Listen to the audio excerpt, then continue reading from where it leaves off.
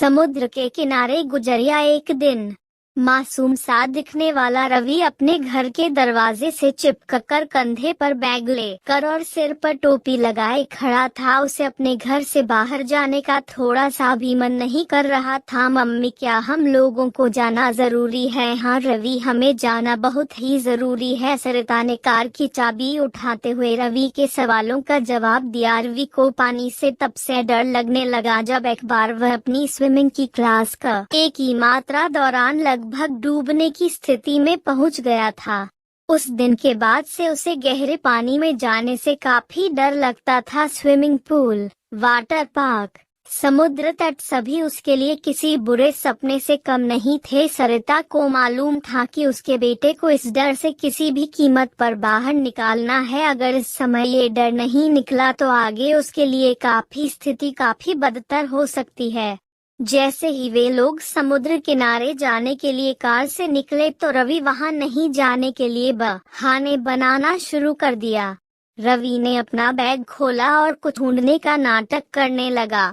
Mummy, लगता है कि मैंने अपना चश्मा घर पर ही छोड़ दिया है। क्या हम लोग उसे लाने के लिए वापस जा सकते हैं? ठीक से खोजो। सरिता ने बैग के अगले चेन की ओर की तरफ इशारा करते हुए बोली। हाँ, मिल गया। इसके बाद रवि के चेहरे पर एक तरह से उदासी छा गई।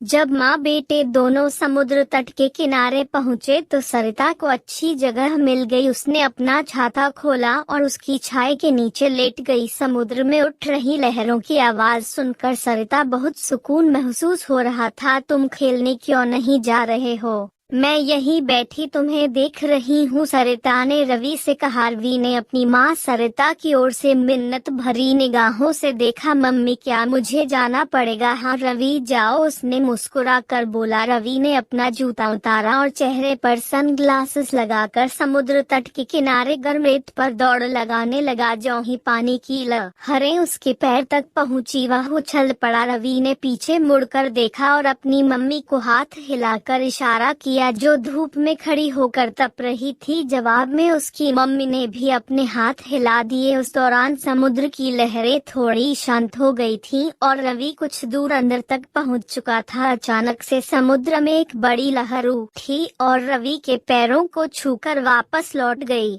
इसे देखकर डर के मारे रवि ने चिल्लाने की कोशिश की, लेकिन कोई फायदा नहीं हुआ। तब तक वह पानी के कुछ घूंट को पी चुका था। वह थोड़ी देर के लिए घबरा गया और अपने हाथ पैर को तेजी से मारकर तैरने की कोशिश करने लगा। जब उसके हाथ पानी के अंदर बालू तक पहुँचे तब जाकर उसे एहसास हुआ कि वह तो डूब ही नहीं रहा था। रवि इस कदर सहमा था कि उसे थोड़ा सा भी महसूस ही नहीं हुआ कि पानी तो उसके घुटने से नीचे है। ज्यों ही समुद्र की लहरें कम हुई तो रवि उठा और अपनी आंखें मलते हुए पीछे मुड़कर देखा। उस दौरान उसकी मम्मी खड़ी होकर उसे देख रही थी। उनके चेहरे पर थोड़ी बहुत चिंता साफ तौर पर थी। पानी से निकलकर रवि खुशी के मारे अपनी मम्मी की तरफ दौड़ा। उसने अपने ठंडे हाथों से अपनी माँ के गर्म हाथों को पकड़कर गीला कर दिया और बोला, मम्मी चलो मेरे साथ पानी में, इसमें बहुत ही मजा आ रहा है। यह देखकर सरिता प्रफुल्लित हो गई। उस दिन उसके बेटे ने समुद्र तट के किनारे एक